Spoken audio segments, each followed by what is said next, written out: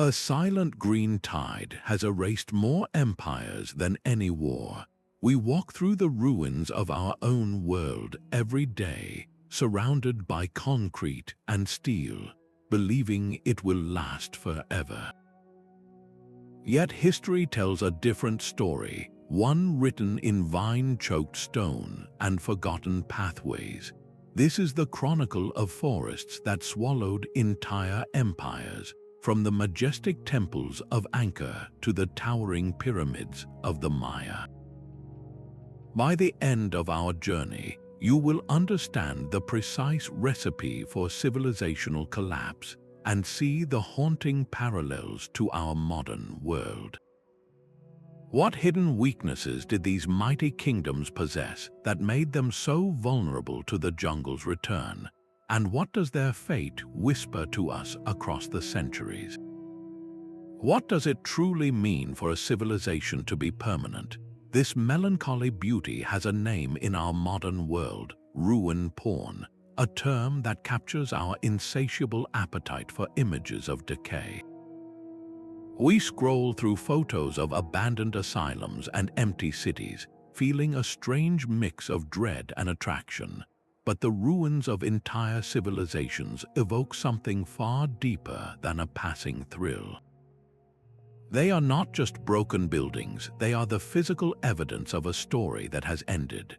A tree whose roots have patiently pried apart the stones of a royal plaza is not merely a plant, it is a symbol of nature's patient, overwhelming power. It whispers a question that unsettles our deepest assumptions about the world we have built. If their soaring temples could fall, what does that say about our own glass and steel towers? The Romantic poet Percy Bysshe Shelley captured this feeling perfectly in his sonnet Ozymandias. He describes the shattered statue of a once great king lying half-sunk in the desert sands. The inscription on the pedestal boasts of mighty works, but the surrounding emptiness mocks these words. Look on my works, ye mighty, and despair, the king commands, yet nothing beside remains. That is the profound silence we encounter in the jungles of Cambodia or the forests of Central America. It is the sound of ambition meeting its limit. We are drawn to these places because they force us to confront a humbling truth. Every civilization, no matter how brilliant, writes its story in sand, and the tide is always on its way. That profound silence is not an empty void. It is the result of a very specific, almost surgical, natural process. To say a city was swallowed by the jungle is not just a poetic turn of phrase. It describes a precise sequence of events, a biological takeover with its own rules and timeline. This is not the same as a city being buried by desert sands, a passive covering, or destroyed by a volcano in a single cataclysmic day.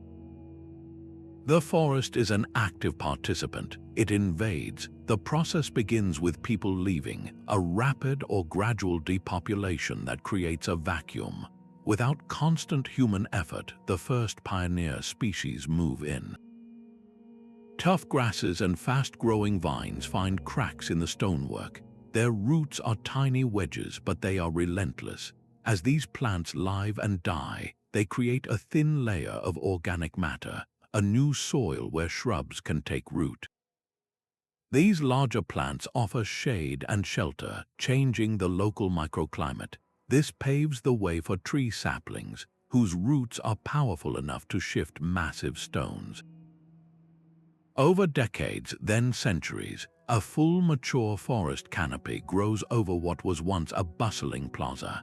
The key ingredient for this particular kind of disappearance is a specific environment. It requires a humid, tropical or subtropical climate where plant growth is explosively fast and structures made of durable materials like stone. The stone must last long enough to be engulfed rather than simply rotting away into nothing. This slow-motion drama of reclamation sets the stage for the epic and haunting tales we are about to uncover. Angkor was a city built on water, a sprawling metropolis that mastered its environment with breathtaking ambition. Its lifeblood was an intricate network of canals, moats, and massive reservoirs known as barrages. These engineering marvels were not just for show, they were the foundation of an empire, capturing monsoon rains to irrigate vast rice paddies that fed a population numbering close to 1 million people. For centuries, this hydraulic system turned seasonal deluges into a predictable resource, allowing the Khmer civilization to flourish in the heart of the Cambodian jungle. The grand temples like Angkor Wat, with their intricate carvings and soaring towers, were merely the most visible symbols of a society that had seemingly tamed nature itself. But this mastery contained a fatal flaw, a vulnerability hidden in the very design that made their success possible. For a long time, the fall of Angkor was a mystery, often attributed to invasion or internal strife. Then modern technology peeled back the forest canopy. LiDAR, a laser mapping technique, revealed the true extent of the city, a sprawling urban landscape far larger than anyone had imagined. This same technology uncovered the cracks in its foundation. The elaborate water network, so crucial for survival, was also incredibly fragile. Evidence points to a period of intense climate instability, a shift in monsoon patterns that brought either too little water or far too much. Severe droughts would have left the reservoirs empty and the rice fields parched. Conversely, catastrophic floods could have overwhelmed the canals, washing away the carefully maintained infrastructure. The system designed to buffer the empire against normal weather variations was not built to withstand such extremes. Each failure of the water system would have been a direct blow to the empire's stability. A failed harvest meant famine, which eroded the people's faith in their god-king rulers. The social contract, based on the king's ability to control water and ensure prosperity, began to fray. As the central authority weakened, the population, once concentrated in the great city, likely began to disperse into smaller, more manageable communities. With fewer hands to maintain them, the canals silted up. The great barrages, symbols of imperial power, slowly turned into stagnant ponds, and the jungle, held at bay for centuries by constant human effort, sensed its opportunity.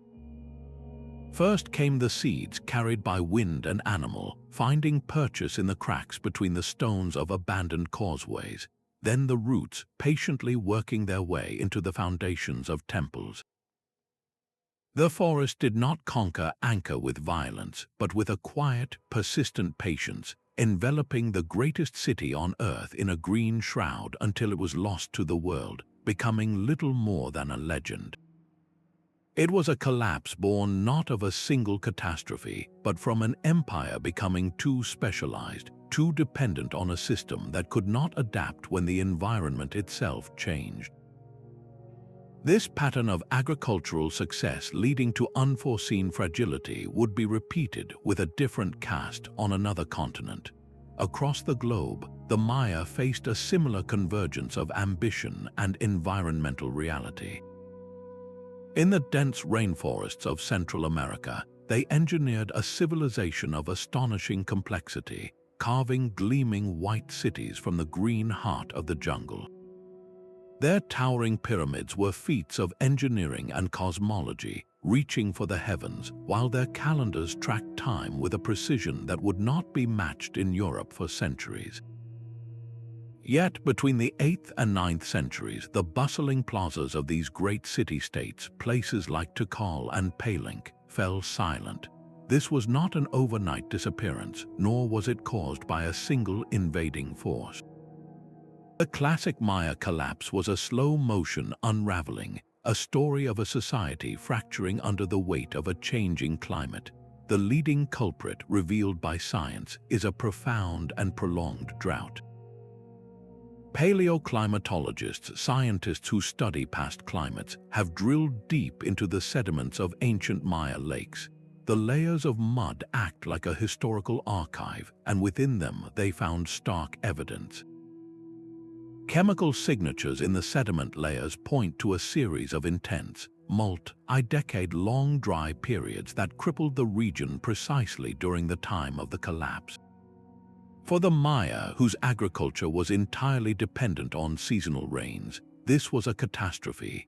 Their elaborate system of reservoirs and canals, much like at Angkor, could not compensate for a sky that remained empty for a generation. Imagine the desperation as the water levels dropped year after year. The reservoirs that sustained the urban populations would have evaporated, leaving cracked, dry basins. Crop failures would have become the norm, leading to widespread famine and a desperate competition for dwindling resources. This environmental stress acted like a hammer, shattering the fragile bonds holding Maya society together. It exposed and worsened problems that were already present. Warfare between competing city-states, once ritualized and managed, likely escalated into brutal conflicts over the last fertile land and reliable water sources. The immense social inequality, where a small elite class of nobles and priests lived off the labor of a vast population of farmers, became untenable. The entire Maya political structure was built on a sacred covenant. The king was not just a ruler, he was a divine intermediary, responsible for maintaining the cosmic order and, most importantly, for bringing the life-giving rains through his rituals and sacrifices. When the rains failed, despite the most elaborate and desperate ceremonies, the faith of the people shattered. The king's power was revealed as an illusion. Why would they continue to haul stones for his pyramid or offer their harvests as tribute if he could not even deliver the one thing they needed to survive? The collapse was not the death of the Maya people, but the abandonment of their grand political and ceremonial centers. One by one, the great cities were left to the elements. The common people, the farmers who understood the land best, likely dispersed into smaller, more sustainable communities. Without constant maintenance, the jungle began its patient reclamation. Seeds took root in the steps of the grand ball courts. Vines snaked up the sides of silent observatories. The very forests they had cleared to build their world now grew back, swallowing the stone testimonies to their king's failed promises. The Maya story is a poignant lesson in pushing an ecosystem to its absolute limit. Their civilization was a magnificent achievement, but it was built on a foundation that could not withstand a fundamental shift in the climate. The forest did not destroy them, it simply moved back in after they were gone, covering the evidence of a society broken from within by forces it could no longer control. The relentless biological takeover of a city is a war fought in slow motion, where the weapons are roots and the strategy is patience. It starts with the pioneers, the first wave of colonizers. These are not mighty trees but humble, tenacious plants like tough grasses and creeping vines. Their mission is simple: find a foothold, a single crack in a stone pavement, a gap in a rooftop tile, a thin layer of dust on a windowsill. This is all the invitation they need. Their roots, though fine as thread, are biochemical engineers. They secrete mild acids that slowly, imperceptibly, dissolve the minerals binding stone and mortar together. This is the first incision. As these pioneer plants complete their life cycle, they die and decay right where they grew. This creates the first truly transformative layer, a thin skin of organic soil where none existed before. This new earth, built from the bodies of the pioneers, is the foundation for the next phase of invasion. Larger, more complex shrubs and the saplings of fast-growing trees can now take root. Their root systems are far more powerful, acting as hydraulic jacks. They grow into the microscopic spaces between stone blocks, and as they thicken with each passing year, they exert immense pressure, prying apart walls and splitting foundations with a force that no human tool could match. Once these young trees reach a certain height, the environment itself begins to change. Their leaves interlace to form a canopy, casting deep shade on the streets and buildings below. This new microclimate is cooler, more humid, and protected from the wind, a perfect nursery for the final assault. Mosses, lichens, and fungi flourish on every damp surface. These organisms are the master recyclers, breaking down any remaining wood, fabric, or other organic materials left behind. Insects and other small creatures move in, their own activities further contributing to the decay. This is not a gentle blanket being laid over a sleeping city. It is a fierce, constant competition for light and space. Every plant is fighting every other plant for dominance, and the human structures are merely the stage for this struggle. The stones of a palace wall are treated no differently than a natural rock outcrop. They are simply terrain to be conquered. Understanding this step-by-step process, this ecological machinery of reclamation, transforms the idea of a lost city from a poetic mystery into a tangible, physical reality. It forces us to see the forest not as a passive backdrop, but as an active, overwhelming force that simply waited for its moment to return. The pattern of a forest's return is a global story, not just a Cambodian or Central American one. Scattered across the tropics are the echoes of other kingdoms that also faded into the green.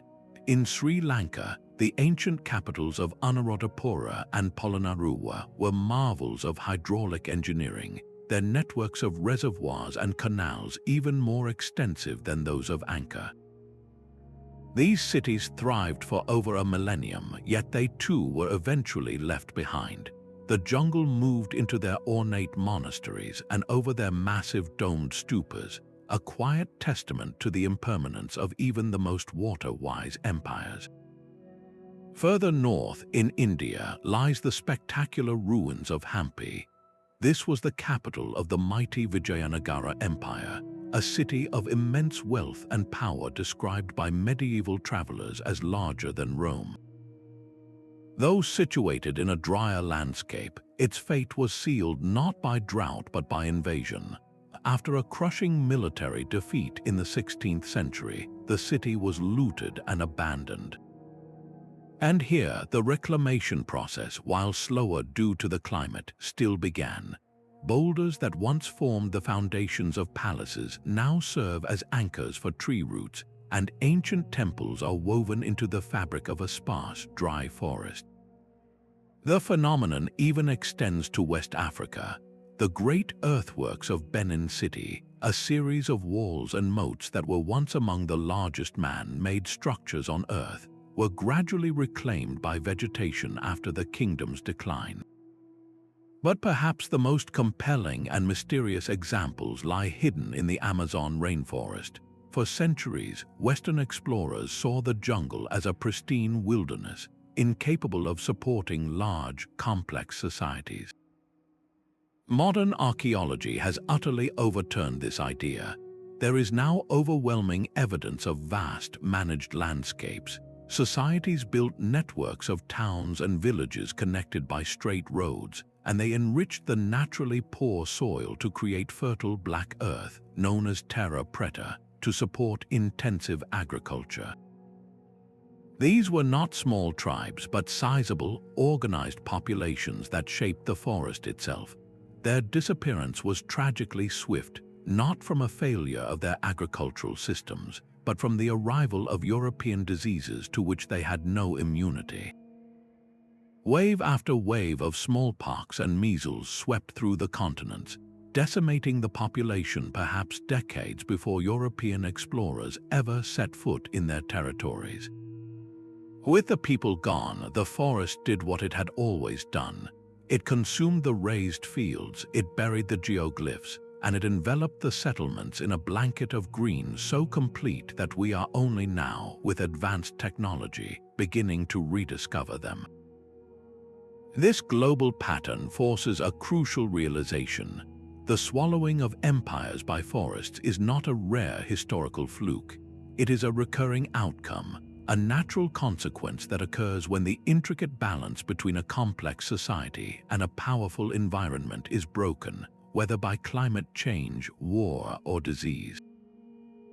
The forest is always waiting, and its patience is infinite. This recurring environmental pressure reveals a sobering truth about how civilizations are built. They often push their environments to the absolute limit, maximizing every resource to support growing populations and grand ambitions. A society operating comfortably within its means can withstand a bad season or two. But a civilization balanced on a razor's edge, where the food supply barely meets the demand of its people, has no room for error. This is where climate change enters the story, not as a minor character, but as the recurring villain in these historical tragedies. To understand its role, we must turn to the science of paleoclimatology, the detective work of decoding Earth's ancient weather. How can we possibly know what the weather was like 1,000 years ago? Scientists do not have ancient thermometers or rain gauges. Instead, they read nature's own archives. They drill deep into ice sheets in Greenland and Antarctica, extracting ice cores. Each layer of ice, like a tree ring, represents a single year. Trapped within these layers are tiny bubbles of ancient atmosphere, and the chemical composition of the ice itself can reveal the temperature at the time it fell as snow. In drier regions, they study the growth rings of ancient trees. A wide ring signifies a good, wet year, while a series of narrow, pinched rings tells a story of prolonged drought. Even deep within caves, stalagmites rising from the floor act as slow-growing climate records.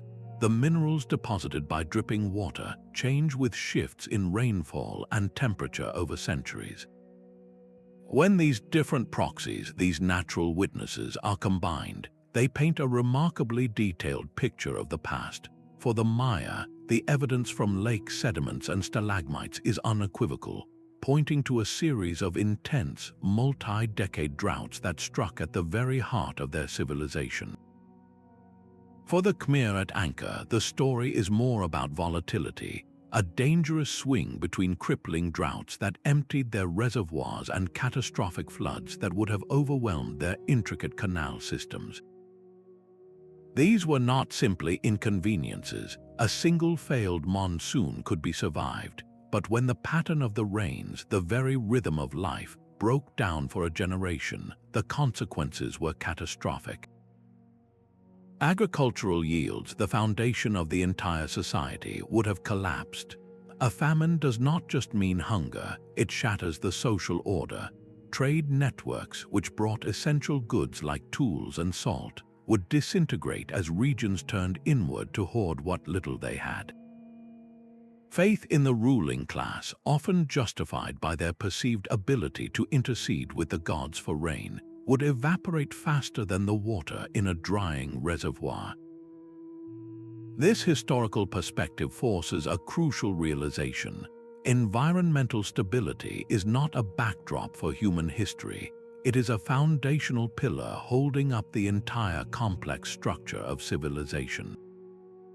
The fall of these empires adds a deeply sobering dimension to our current discussions about climate change.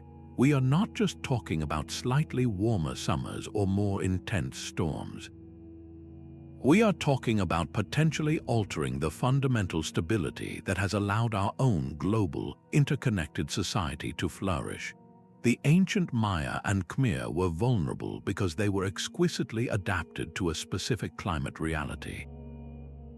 When that reality changed, they had no plan B. Our modern world is built on the same precarious assumption that the climate of the past will be the climate of the future. The ruins in the jungle whisper that this is a gamble no civilization can afford to lose. A powerful climate shift creates the crisis, but it is the society's own weaknesses that dictate the final collapse. These empires were not solid blocks of stone. They were intricate networks held together by delicate threads of power, shared belief, and economic exchange. When the environment delivered a massive shock, like a prolonged drought or a devastating flood, the internal structures were tested to their breaking point. The Maya world was not a unified empire but a collection of rival city-states, each with its own king vying for dominance. In good times, this competition may have driven architectural and cultural achievements. But when the rains failed and famine loomed, that same competitive spirit turned destructive. Warfare escalated from ritualized skirmishes into total war. Scarce resources were poured into raising armies and building fortifications instead of finding new ways to conserve water or adapt farming practices. The ruling elite, desperate to maintain their divine status, likely demanded even more tribute from a starving population to fund grander temples and more elaborate ceremonies, a final, futile attempt to appease gods who seemed to have turned away. This internal strife fractured the society from within, making a coordinated response to the environmental disaster impossible. The people did not simply wait to die, they made a rational choice. They voted with their feet, abandoning the political centers that could no longer provide security or sustenance, dispersing into smaller, more resilient communities where the old hierarchies no longer held power. A similar story of rigidity unfolded at Angkor. The Khmer Empire's greatness was built on a highly centralized system of control, symbolized by the god king and his mastery of water. This system was incredibly efficient for building an empire, but it was also brittle. Every aspect of life, from agriculture to religious practice, revolved around the capital and its hydraulic network. When that network began to fail due to climate volatility, the central authority lost its legitimacy. Local governors and communities, once tightly bound to the capital, may have begun to look after their own survival, further weakening the cohesive power of the empire. A rigid hierarchy where all decisions flow from the top often lacks the local innovation and flexibility needed to adapt to sudden change. There was no plan B because the system was not designed to have one. This combination of external pressure and internal fragility is the recurring recipe for disintegration. The forest itself does not attack, it merely observes. It moves in after the people have left, after the social contract has been voided, after the leaders have failed to lead. The stones of a temple are not conquered by vines, they are surrendered. This invites a haunting reflection on our own world. Our global civilization is also a vast, interconnected network. We face our own environmental pressures. The critical question is whether our institutions, our political systems, and our social contracts are flexible enough to adapt, or if they too contain hidden rigidities that could amplify a crisis rather than resolve it. The silence of the jungle holds a mirror to our own potential for resilience or collapse. This archival silence is profound. We are left with the grand stone proclamations of kings who ruled at the height of their power, but we hear nothing from the citizens who fled the dying cities. The final, desperate years of these empires are often a historical blank spot, a mystery compounded by the very environment that reclaimed them. In a tropical climate, the process of forgetting is accelerated. Humidity and relentless biological activity are the enemies of history. Manuscripts written on bark paper, the intricate carvings on wooden lintels, the woven textiles, the tools of daily life, all of it succumbs to mold and rot within a few generations. Only the most durable materials survive, and for ancient empires that usually means stone. But stone inscriptions are not neutral history books. They are propaganda commissioned by rulers to celebrate their military victories, their divine connections, and their grand construction projects. You will not find a single Maya stele that describes a failed harvest or a king pleading for rain. The narrative is always one of triumph and stability, right up to the moment the last sculptor put down his chisel. This creates a distorted picture, as if these civilizations were at their peak one day and simply vanished the next. The true story, the slow unraveling, was carried by the people who walked away. It lived on in their oral traditions, stories passed down from parent to child. But over centuries, these memories transform. Specific events blur into mythologies of great floods or periods of darkness. The precise reasons for the collapse, the political missteps, the societal fractures, they fade like a path reclaimed by the forest. And when depopulation is severe, as it was after the European diseases swept through the Americas, there may be no one left to tell the story at all. The jungle's final victory is not just over stone and mortar, it is a victory over memory itself, creating an oblivion that is as deep as the roots of the trees now covering the ruins. This is why the work of archaeologists is so crucial. They are detectives solving a crime where the witnesses are gone and the evidence is actively being destroyed by nature. Their trowels and brushes are engaged in a race against time and decay, carefully peeling back the layers of soil to find the clues that the stone inscriptions will not reveal. A broken piece of pottery can tell us about trade routes. The skeleton of a commoner, analyzed for signs of malnutrition, can speak volumes about societal stress in a way a king's boastful monument never could. Every artifact, no matter how small, is a fragment of the true story, the story of what actually happened when the world these people built began to fall apart. For centuries, the only stories these ruins told were whispered on the wind through local legends.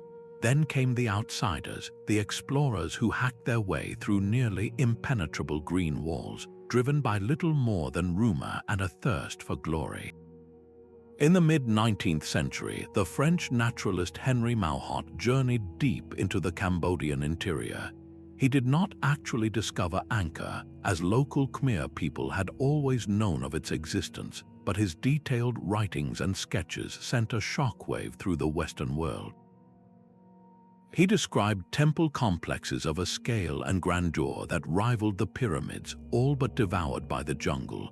His accounts painted a picture of sublime decay, of nature's overwhelming power, and they ignited a wave of fascination.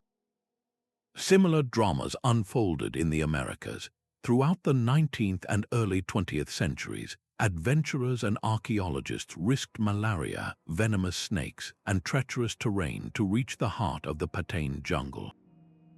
They followed vague indigenous maps and stories of stone houses in the forest, often finding themselves standing before a massive pyramid so shrouded in vegetation that it appeared to be a natural hill. These early discoveries were monumental, but they were also deeply limited. An explorer could stand in the main plaza of Tikal and have no idea that just a few hundred meters away, beneath a solid canopy of trees, lay the ruins of sprawling suburbs, reservoirs, and roadways. The jungle was not just hiding the cities, it was actively misleading us about their true nature. The real revolution began not with a machete, but with a laser fired from an airplane. Light detection and ranging, or LiDAR, is a technology that has fundamentally rewritten the history of these empires. Here is how it works. An aircraft flies over a target area, emitting hundreds of thousands of laser pulses every second. These pulses travel down, and most are reflected back by the leaves and branches of the canopy, but a small fraction of them slip through gaps in the vegetation, hit the ground, and bounce back to the sensor. By meticulously filtering out the returns from the canopy and analyzing only the last pulses to return, the ones that hit the earth, computers can create an incredibly detailed, three-dimensional map of the ground surface, effectively digitally stripping away the forest. The results have been nothing short of breathtaking. LiDAR surveys over Angkor have revealed a vast, low-density urban landscape extending far beyond the central temple district. They showed a sophisticated grid of canals, roads, and neighborhood ponds, evidence of a population that may have approached 1 million people. In the Maya world, the findings were even more dramatic. LiDAR unveiled a landscape so intensively modified that the idea of a pristine wilderness collapsed. It showed not isolated city-states, but interconnected networks of cities, towns, and villages linked by raised causeways, all set within a patchwork of agricultural terraces and managed water systems. The scale of development was staggering, revealing a civilization far more populous and complex than any scholar had dared to propose just a generation ago. This technology has pulled back a green curtain we thought was permanent. It allows us to see these empires not as collections of isolated monuments, but as living, breathing metropolises. We are no longer just staring at the silent, vine-choked temples. We are beginning to see the ghost of the city that once surrounded them, the streets where people lived and the fields that fed them. This new vision forces a humbling question. If our understanding of the past can be so radically transformed by a single technology, what other truths about these fallen empires, and perhaps even about ourselves, are still hidden in plain sight, waiting for the right tool to reveal them? The laser's eye sees what the human cannot. It peers straight through the dense canopy of leaves, revealing the ghostly imprint of civilizations we thought were lost. This technology, LiDAR, acts like a giant scanner for the landscape, firing millions of laser pulses from an aircraft. By measuring the precise time it takes for each pulse to bounce back, it builds a breathtakingly detailed, three-dimensional map of the ground. The effect is like digitally peeling away the entire forest in an instant. What emerges from beneath the green veil is not just a few more temples, but the complete anatomy of an empire. In Cambodia, the LiDAR surveys around Angkor were revolutionary. They revealed a vast, low-density metropolis stretching far beyond the famous central temples. The data showed a sophisticated grid of roadways, neighborhood ponds, and intricate canal systems that supported a population of nearly 1 million people. This was not a city in the way we imagine it today, with tight, crowded streets. It was a carefully engineered urban landscape, a sprawling network of communities integrated with the water and the land.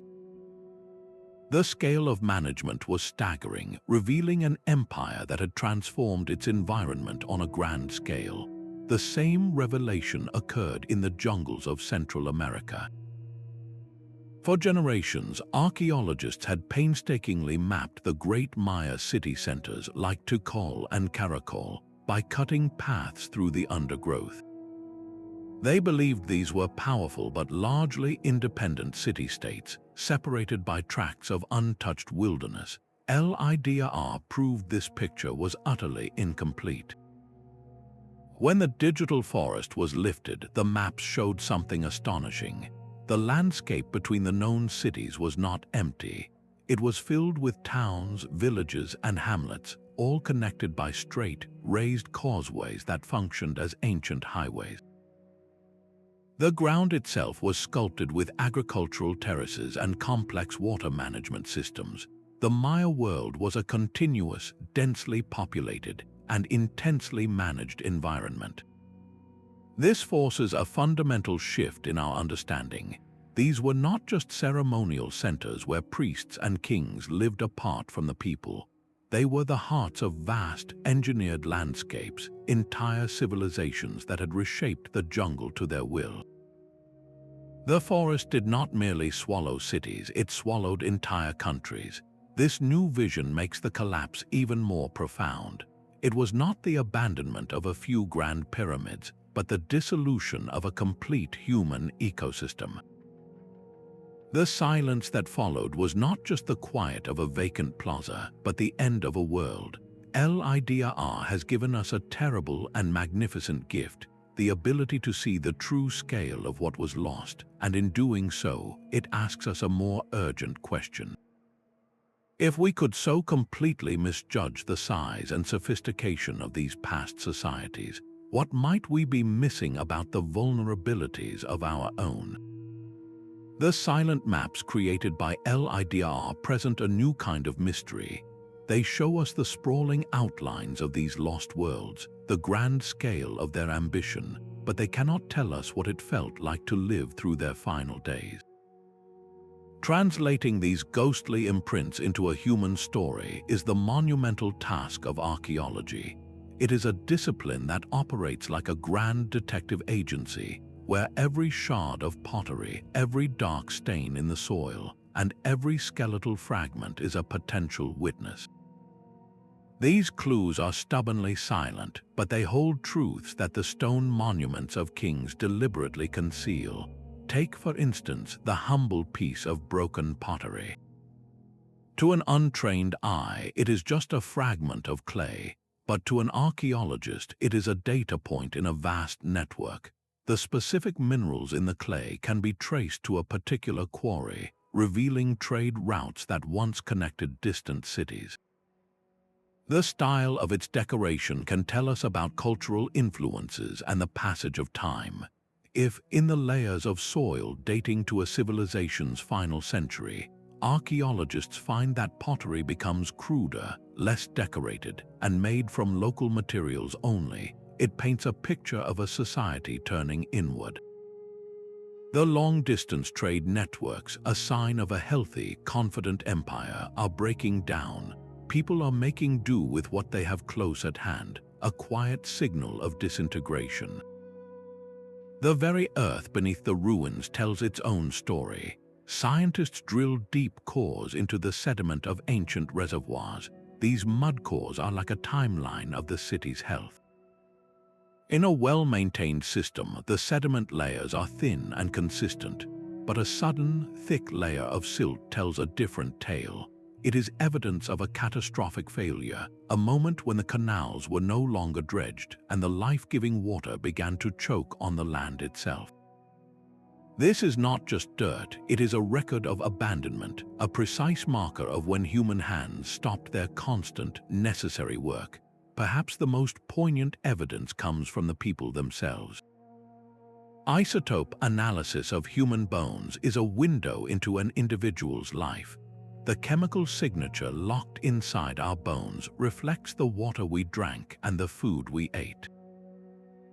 By studying skeletons from different time periods, scientists can track dramatic shifts.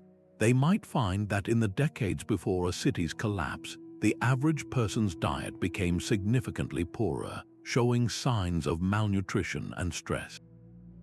They might find evidence that people were migrating from the hinterlands into the crowded, starving city, or fleeing in the opposite direction. These are not the grand narratives of warfare found on a stone stele. They are the intimate stories of survival and desperation, written in the chemistry of the body. All of these disparate clues, from the geochemistry of lake beds to the wear patterns on a commoner's teeth, must be woven together. It is a cautious, collaborative process that brings together botanists, climatologists, chemists, and historians. They build a narrative not from a single dramatic discovery, but from the slow, painstaking accumulation of corroborating evidence.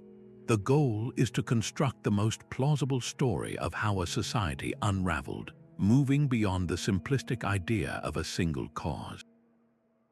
This interpretive work is a powerful reminder that history is not just a collection of facts and dates. It is an ongoing act of reconstruction, an attempt to find meaning in the silence left behind when a world falls apart. The story is never completely finished because every new technology, every fresh perspective, offers a chance to listen more closely to the whispers from the past.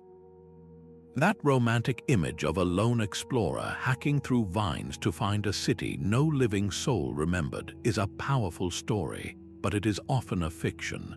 The myth of the lost city, shrouded in vines and mystery, has been shaped more by romantic novels than by historical fact, and this distortion keeps us from seeing the true, and in many ways more compelling, nature of these disappearances. For a place to be truly lost, it must first be forgotten, and in many cases that simply did not happen. Take Angkor. While it faded from global knowledge, the local Khmer people never forgot the magnificent temples built by their ancestors. They continued to use the site for worship, and Buddhist monks maintained a presence at Angkor Wat for centuries. The city was not lost, it was misplaced on Western maps. The great explorer Henry Mauhot, often credited with its discovery, was himself guided by local people who knew exactly where the ruins were. The myth of discovery is often about the moment a place enters a particular cultural consciousness, not the moment it is found. This romantic notion also implies a sudden, dramatic end, a single catastrophe that caused a civilization to vanish overnight. The ruins themselves tell a different story, one of gradual departure. Archaeologists rarely find evidence of a great battle or a destructive fire that marks a definitive endpoint. Instead, they find layers of quiet abandonment. A home is left, its valuable tools taken, but its common pottery left behind.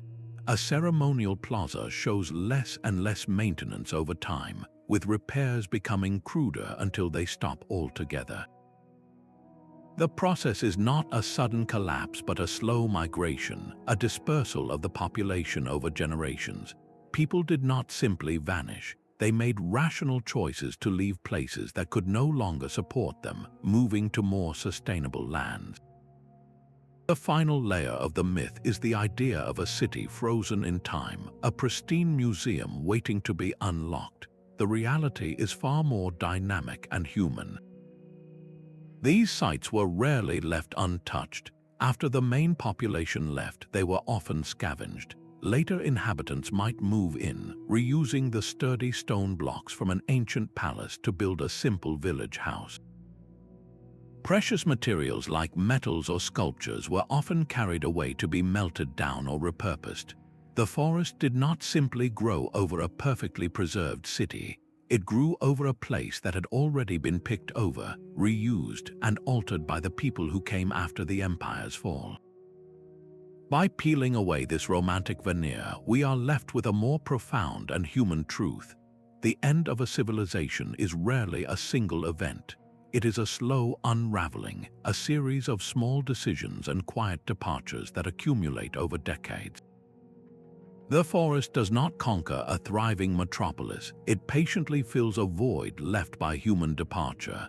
This shift in perspective changes the story from a tale of mysterious catastrophe to a sobering lesson in long-term resilience.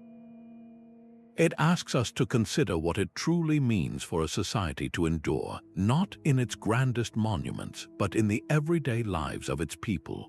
These grand narratives, from Angkor to the Maya, are not isolated tragedies but variations on a single, haunting theme. When we place their stories side by side, a clear and unsettling pattern emerges, a recurring syndrome of collapse. The first common thread is their foundation. Each was an agrarian superpower, a civilization built on the ability to master its environment to feed a massive population. This was not simple farming, it was intensive, large-scale agriculture, often reliant on breathtakingly complex water management systems. The Khmer had their vast barrays and canals, the Maya their reservoir networks and terracing. Their success was a testament to human ingenuity, but it also created a profound dependency. The entire societal structure, from the god-king in his palace to the laborer in the field, depended on the flawless operation of this agricultural machine. The second shared characteristic is their location in environmentally sensitive zones. These were not forgiving landscapes. They thrived in monsoon-dependent tropics or seasonal rainforests, regions where life is governed by a delicate and precise rhythm of rains. A shift in that rhythm was not a minor inconvenience, it was a direct threat to the empire's life support system. This leads to the third pattern, peak population density. These civilizations pushed their lands to the absolute limit. supporting urban populations that rivaled those of much later periods. To achieve this, they likely engaged in significant environmental modification, clearing forests for farmland and building on a scale that may have led to local soil erosion or other forms of degradation. They were operating at the very edge of their ecological capacity, leaving no margin for error. Finally, their political structures shared a tendency toward centralization and rigidity. Power was concentrated at the top in a divine ruler or a small elite class. This system was brilliant for coordinating large-scale projects and maintaining order, but it was brittle. When the environment delivered a massive shock, this top-down hierarchy struggled to adapt. There was little room for local innovation or contingency planning. The response was often more of the same, demanding greater tribute to build grander temples in a desperate attempt to reaffirm a power that was visibly failing. The collapse then was not caused by any one of these factors alone. It was the lethal intersection of all four. Environmental stress, like a prolonged drought, acted as a trigger. It exposed the vulnerability created by intensive agriculture and high population density, and the rigid political structure, unable to pivot or adapt, amplified the crisis instead of resolving it. This is the recurring syndrome, a cascade of failures where nature provides the spark, but the society's own design provides the fuel. Seeing this pattern across continents and centuries forces a deeply sobering reflection. Our modern global civilization is also an agrarian superpower, feeding billions through complex systems. We too are stressing our environment, and our political responses to emerging crises can often seem slow and inflexible. The ruins in the jungle do not warn of an inevitable fate, but they do point to a dangerous recipe, one we would be wise to understand. Perhaps the most profound misunderstanding is to see the forest as a passive force, a patient green blanket that merely settles over a corpse. The truth is far more dynamic. These civilizations did not simply rise and fall within a static natural world. They were engaged in a constant, intimate negotiation with the forest, a relationship that fundamentally changed both partners. The initial clearing of land for agriculture and cities was not a one-time event but an ongoing battle, a declaration of war against the jungle's relentless growth. The Maya and the Khmer were not just builders of temples, they were master ecological engineers, reshaping rivers, terracing hillsides, and creating entirely new landscapes to support their millions. Their greatest achievement was the temporary creation of a human-dominated ecosystem. But when that human pressure was released, the forest did not simply revert to a pristine, primordial state. It rebounded, but it was a different forest. The very act of civilization had rewritten the ecological script. The trees that grew back were often pioneer species, sun-loving and fast-growing, different from the old-growth giants that had been cleared centuries before. The soil itself carried the memory of human activity. In the Amazon, the incredibly fertile terra preta, or Black Earth, is a direct result of ancient indigenous practices, a human-made soil that persists for thousands of years, enriching the forest that grew back. The ruins themselves became a new feature of the landscape. A crumbling pyramid offered a well-drained foundation for a fig tree, its roots following the mortar lines like a map. A silted-up reservoir became a fertile depression, a new wetland habitat. The forest did not erase history, it digested it, incorporating the stones and altered earth into a new, complex ecology. This challenges the very idea of a separation between nature and culture. There is no pure wilderness untouched by human hands, just as there is no human society that exists independently of the natural world it transforms. The forest becomes a living archive, its very composition a record of a grand, failed experiment. The species of trees, the chemistry of the soil, the shape of the land, all of these things tell a story not just of nature's power, but of a deep and enduring dialogue between human ambition and the living world. This perspective asks us to see the ruins not as symbols of nature's victory, but as evidence of a conversation that is still ongoing, a conversation we are all a part of today. The stones of Angkor and the pyramids of the Maya speak directly to our modern moment, and the lesson they carry is one of profound humility. Their greatest strength became their ultimate weakness. The Khmer mastery of hydrology and the Maya's agricultural genius were monumental achievements, yet this very specialization bred a fatal rigidity. They built societies so perfectly adapted to a specific environmental reality that they lost the capacity to adapt when that reality shifted. This is the core danger of civilizational hubris, the belief that our technology has finally severed our dependence on nature's rhythms.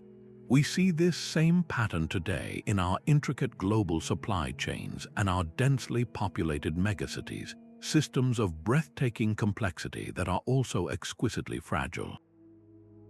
The ancient empires operated perilously close to their ecological thresholds, and we are now testing the boundaries of our planetary systems on a global scale.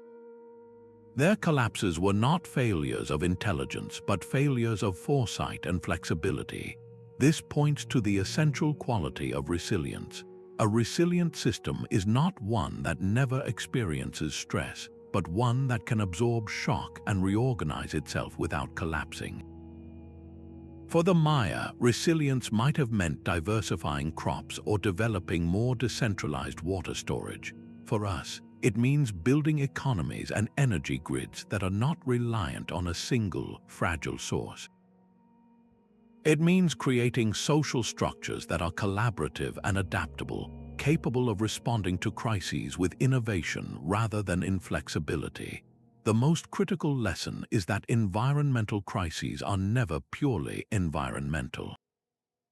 A drought does not simply cause a famine. It exposes the underlying weaknesses in a society's political and economic fabric. The question of who gets the last of the water, or how leaders respond to the crisis, determines the outcome far more than the lack of rain itself. The survival of a civilization hinges on its social and political immune system, its ability to anticipate change and adapt together. The fate of those swallowed empires is not a sealed chapter in a history book. It is an open question, one that our own civilization is now answering. The grand narrative of collapse is always written in stone, a chronicle of kings and empty palaces. But the true story of what happened next is written in the lives of the people who walked away. For the vast majority, the fall of an empire was not an extinction event. It was a migration, a strategic retreat from a center that could no longer sustain them. When the rains failed and the social contract broke in the Maya world, the great ceremonial centers were abandoned, but the Maya people were not. They made a rational, heartbreaking choice. They dispersed from the overcrowded and starving cities, moving to the coastlines where fishing provided a more reliable food source, or deeper into the forest, forming smaller, more resilient communities. The intricate knowledge of their ancestors, the understanding of the forest and its cycles, did not die with the last king. It was carried with them, adapted to a new way of life. The towering pyramids of Tikal were left to the jungle, but the language, the stories, and the agricultural wisdom survived in these scattered villages. This same pattern of dispersal and adaptation unfolded at Angkor. The magnificent hydraulic city could no longer function as the heart of an empire, but the Khmer people did not disappear. The center of political power simply shifted south, closer to the sea and new trade routes. Life in the region continued, just in a different, less centralized form. This is the crucial correction to the myth of the vanished civilization. The collapse was primarily political and urban. It was the end of a specific, highly centralized state apparatus, the failure of an elite class to maintain its divine authority. It was not the end of a people. The legacy of these empires is not found solely in their ruins, but in the living cultures of their descendants. The languages spoken by millions in Central America and Southeast Asia today are the direct inheritance of the Maya and the Khmer. Their traditions, their cuisine, and their spiritual beliefs are often a tapestry woven with threads from that grand, ancient past. To see only the fallen stones is to miss the enduring human spirit. It forces us to ask a more nuanced question. What does it actually mean for a civilization to end? Is it the silencing of a royal court, or is it the final extinguishing of a people's identity? For the Maya and the Khmer, the answer is clear. Their empires fell, but their cultures demonstrated a profound resilience, transforming to survive long after the last inscription was carved. The jungle swallowed the cities of the kings, but it could not consume the people. So why did these intricate societies ultimately fall apart? Scholars have wrestled with this question for generations, developing grand theories that attempt to explain the mechanics of civilizational failure. Two of the most influential frameworks offer strikingly different yet complementary perspectives. The first comes from geographer and historian Jared Diamond. In his book Collapse, he argues that environmental factors are often the primary cause. Diamond proposes a 5-point checklist of vulnerabilities. A society collapses when it faces some combination of environmental damage it inflicts upon itself, like deforestation or soil erosion, a significant change in climate, pressure from hostile neighbors, the loss of essential trading partners, and most critically, the society's own failure to recognize and respond effectively to these mounting problems. For Diamond, the fate of a civilization hinges on its environmental choices. The Maya, for instance, check nearly every box.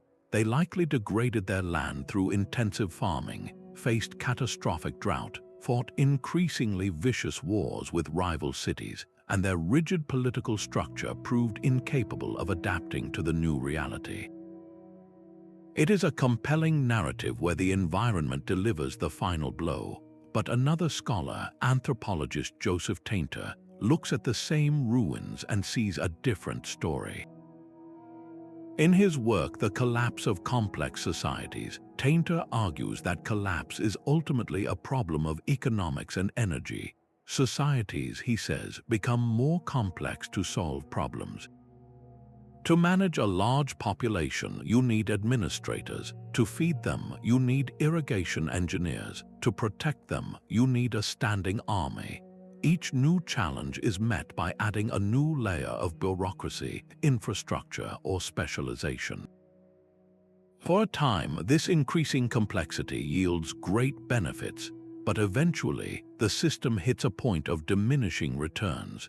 The cost of maintaining the ever more complex structure, the taxes needed to support the army and the bureaucrats, the labor required to upkeep the canals and roads, begins to outweigh the benefits it provides to the average person. The society becomes a top-heavy, energy-intensive machine that is incredibly efficient but also incredibly fragile. When a shock arrives, whether a drought, an invasion, or a disease, the system has no spare capacity to absorb it. The marginal cost of solving one more problem becomes impossibly high, and the entire structure fractures. From Tainter's perspective, the Khmer Empire did not fail because of the drought alone. It failed because the immense cost of maintaining its vast hydraulic network and centralized state became unsustainable once the climate crisis began.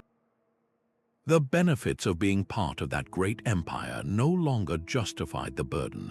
Applying these two lenses to our case studies is like putting on different pairs of glasses.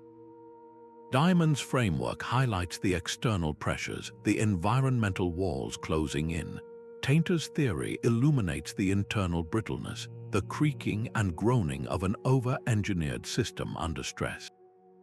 One is not right and the other wrong. They simply focus on different parts of the same elephant. Together, they reveal that there is no single, simple answer to why empires fall. Collapse is rarely a neat story with one villain.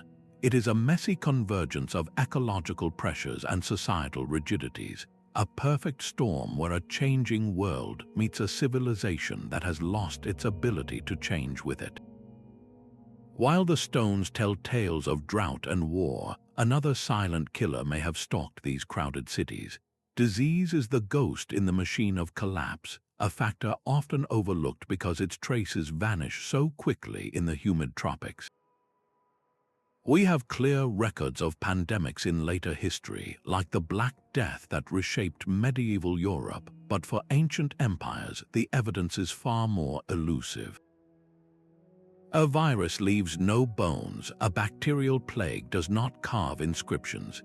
Yet, the possibility is hauntingly plausible. Imagine the trade routes that were the lifeblood of these empires, carrying not just spices and jewels, but also invisible passengers. A novel pathogen arriving from a distant land would have found a perfect breeding ground in the densely populated urban centers of the Maya or Angkor. These were cities with populations in the hundreds of thousands where people lived in close quarters and where sanitation, despite their engineering genius, would have been rudimentary by modern standards. Such a disease would not need to wipe out everyone to be catastrophic. A mortality rate of just 20 or 30% would be enough to cripple the society. The victims would not be random. It would be the farmers who knew the intricate cycles of the rice paddies, the engineers who understood the subtle gradients of the canals, the laborers who maintained the temples and roads. The loss of this specialized knowledge would have been a blow from which the system could not recover. A weakened population, already stressed by food shortages from a changing climate, would have no energy to dredge the silt from a reservoir or repair a breached canal. What might have been a manageable drought could spiral into a famine because there were not enough strong hands to adapt. Disease acts as a cruel multiplier of misfortune, accelerating a slow decline into a rapid unraveling. It transforms a crisis into a catastrophe. This biological dimension adds a final, deeply unsettling layer to the collapse equation. It reminds us that a civilization's fragility is not just a matter of environmental pressure or political rigidity, but also its vulnerability to the microscopic world, a threat that could arrive silently on a merchant's boat and change everything. The silent stones of these empires did not just call out to archaeologists, they ignited the imagination of artists and storytellers. Long before LiDAR mapped their true scale, painters like Frederick Catherwood brought the Maya world back to life for a stunned European and American public. His incredibly detailed lithographs, created alongside explorer John Lloyd Stephens in the 19th century, presented a vision of sublime decay. They showed intricately carved stelae half buried in leaves and majestic pyramids strangled by immense tree roots. These were not dry architectural records. They were dramatic scenes that captured a powerful romantic ideal, the triumph of wild, untamed nature over human ambition. This artistic vision laid the foundation for an entire genre of adventure literature. Writers like H. Rider Haggard, in novels such as King Solomon's Mines, and Edgar Rice Burroughs, with his Tarzan stories, populated the deep jungles with lost kingdoms, forgotten treasures, and ancient dangers. These tales tapped into a potent mix of colonial fantasy and a growing unease with industrial modernity. The jungle became a symbolic space where the rules of the modern world were suspended and the primal forces of nature and history held sway. This cultural fascination has only intensified in our own time, translated directly onto the silver screen. A film like Apocalypto presents a hyper-violent, fictionalized account of the Maya collapse, focusing on tribal conflict and a desperate chase through the jungle. While historically inaccurate, its power comes from the same visceral imagery, the contrast between majestic stone cities and the raw, chaotic green world that threatens to consume them. Similarly, the temples of Angkor have become a backdrop for modern myth-making, most famously as the setting for Lara Croft Tomb Raider. In these films, the ruins are a labyrinth of secret passages and hidden dangers, a playground for adventure that equates ancient stones with mystery and excitement. What is it about these specific places that resonates so deeply? These artistic depictions are more than just entertainment. They are a form of modern mythology. They allow us to safely explore a deeply unsettling idea, the fragility of our own civilization. By projecting our anxieties onto the Maya or the Khmer, we can confront the possibility of collapse at a safe distance. The lost city in the jungle becomes a powerful symbol, a warning and a fantasy all at once. It is a fantasy of rediscovery, of finding meaning in the debris, but also a stark reminder that the jungle's patience is infinite, and our own towers of glass and steel are not as permanent as they seem. These stories are the way we rehearse for an uncertain future, using the past as a stage. But the rediscovery of these lost cities creates a new and urgent challenge. The very fascination that draws us to these places now threatens to erase them. When a site like Angkor Wat or Takeover transforms from a remote ruin into a major tourist destination, millions of footsteps begin to wear down the same stone steps that took centuries to erode. The oils from a single touch can permanently degrade the intricate carvings that have survived 1,000 monsoons. This presents a profound ethical dilemma, a race between education and erosion. How do we share these wonders with the world without loving them to death? Global organizations like UNESCO designate these places as World Heritage Sites, a status that brings both recognition and a framework for protection. The goal is not to lock the ruins away, but to manage the human tide. You might walk on raised boardwalks that protect fragile foundations, or see certain temple corridors closed to the public on a rotating basis to allow the stone to rest. These are not arbitrary rules, they are critical acts of preservation, the modern equivalent of maintaining the ancient canals. Yet the challenge runs deeper than physical wear and tear. There is the vital question of cultural ownership. For the global tourist, these are breathtaking monuments to human history. For the local Maya or Khmer communities, they are often sacred spaces, the homes of ancestral spirits and active sites of worship.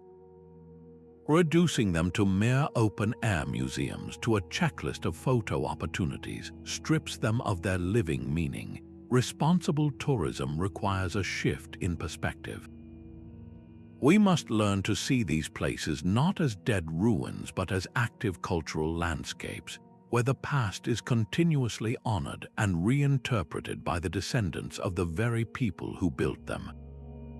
The ultimate goal is a delicate balance, ensuring that the chronicles written in stone can be read by generations for centuries to come, so that our fascination does not become the final chapter in their long story. The silent stones of ancient empires pose a direct question to our world of glass and steel. Could it happen to us? The forces of nature have not changed, only the scale of our cities and the nature of our vulnerabilities. We have replaced stone temples with skyscrapers and canal systems with global supply chains, but the fundamental equation remains. A modern city abandoned would face a different, yet equally relentless process of reclamation. The exclusion zone around Chernobyl offers a chilling glimpse into this possible future. In the decades since the nuclear disaster, the towns of Pripyat and Chernobyl have not been merely empty. They have been actively invaded. Without human maintenance, asphalt streets have buckled under the pressure of roots. Concrete apartment blocks, once symbols of Soviet modernity, are now veined with cracks where moss and birch saplings have taken hold. Wolves, boar, and other wildlife roam the streets in a stunningly short time, demonstrating that the absence of humans is an invitation the natural world will always accept. The materials may be different, but the principle is the same. Steel rusts, concrete spalls and crumbles when water freezes in its pores, and glass is scratched and clouded by wind-blown sand. The decay is chemical and physical rather than purely biological, but the outcome is identical. A city is a constant battle against entropy, a fight that requires immense energy to maintain. When that energy is withdrawn, the slide back into the green begins with startling speed. This is not a prediction of doom, but a necessary thought experiment. It forces us to consider the true foundations of our permanence. Our civilizations are not held together by concrete alone, but by a fragile web of cooperation, energy flow, and environmental stability. The stories of Angkor and the Maya become urgent parables when we see how quickly the modern equivalents of their water systems, our power grids and digital networks could falter under extreme stress. It underscores the critical importance of building resilience into our urban planning, of creating systems that can bend without breaking. What would we leave behind if our own centers of power were ever stilled?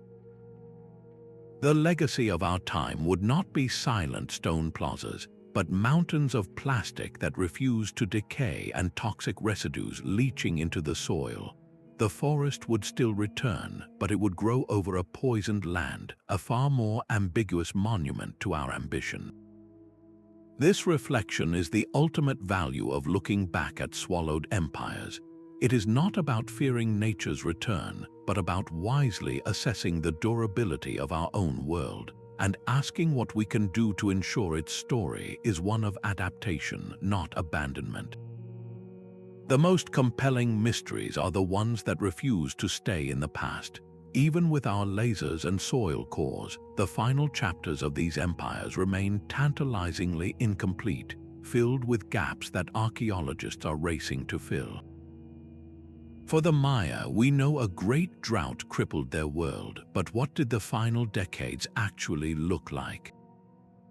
Was it a slow, agonizing exodus from cities like Tikal, with families making the heartbreaking decision to leave their homes over a generation? Or was there a final, catastrophic event, a last desperate battle, or a failed ceremony that broke the people's spirit for good? The stone stelae fall silent on this precise timeline, leaving us to piece together the human experience from fragments. At Angkor, a similar intimate mystery persists. We can map the vast canal network and see where it silted up, but what was it like for the last engineers who watched the lifeblood of their city slowly stagnate? What did a farmer whose family had worked the same rice paddy for centuries think as he walked away from the great barrays for the last time? These are the stories written not in stone, but in the ephemeral moments of departure, and they are the hardest to recover. The next frontier of discovery lies in the most unlikely places, right under our feet. Scientists are now developing techniques to extract ancient human and animal DNA from soil samples. A handful of dirt from the floor of an ancient Maya home may contain genetic traces of its last inhabitants, the plants they grew, and the microbes that lived alongside them. This could reveal not just who was there, but their health and even the composition of their final meals. More refined climate models, fed by ever more precise data from ice cores and stalagmites, are helping us understand the monsoon's fickle behavior with a resolution that was unimaginable just a few years ago. We are moving from knowing there was a drought to understanding its specific intensity, its exact duration, and how it may have varied from one valley to the next. Each of these breakthroughs does not simply provide an answer. It peels back a layer to reveal a deeper, more nuanced question waiting beneath. This is the enduring allure of these swallowed empires. They are not static exhibits in a museum of failure. but active archaeological sites where the story is still being written. Every time a researcher brushes away soil from a new artifact or a satellite completes another scan, a new sentence is added to the chronicle. This perpetual state of discovery is what keeps the stones from falling completely silent. It reminds us that history is not a closed book, but a living conversation between the present and the past, and we are only just beginning to hear the whispers. These chronicles of forests and fallen empires are ultimately stories about us, about the ambitions and vulnerabilities that are woven into the human spirit. From the hydraulic mastery of Angkor to the celestial wisdom of the Maya, we have traced a recurring pattern, a sobering truth that greatness is no shield against the forces of nature or the brittleness of our own creations. The stones now hidden beneath the canopy whisper a lesson in humility, a reminder that permanence is an illusion we build for ourselves. They force us to confront the delicate, inseparable bond between our societies and the living world that sustains them. As we navigate our own era of global uncertainty, these ancient echoes are not distant fables. They are urgent parables calling on us to learn from the silence they left behind. The greatest monument we can build is not a pyramid that defies the sky, but a civilization that honors the earth, one that is resilient, adaptable, and wise enough to endure. Thank you for walking this path through the green heart of history.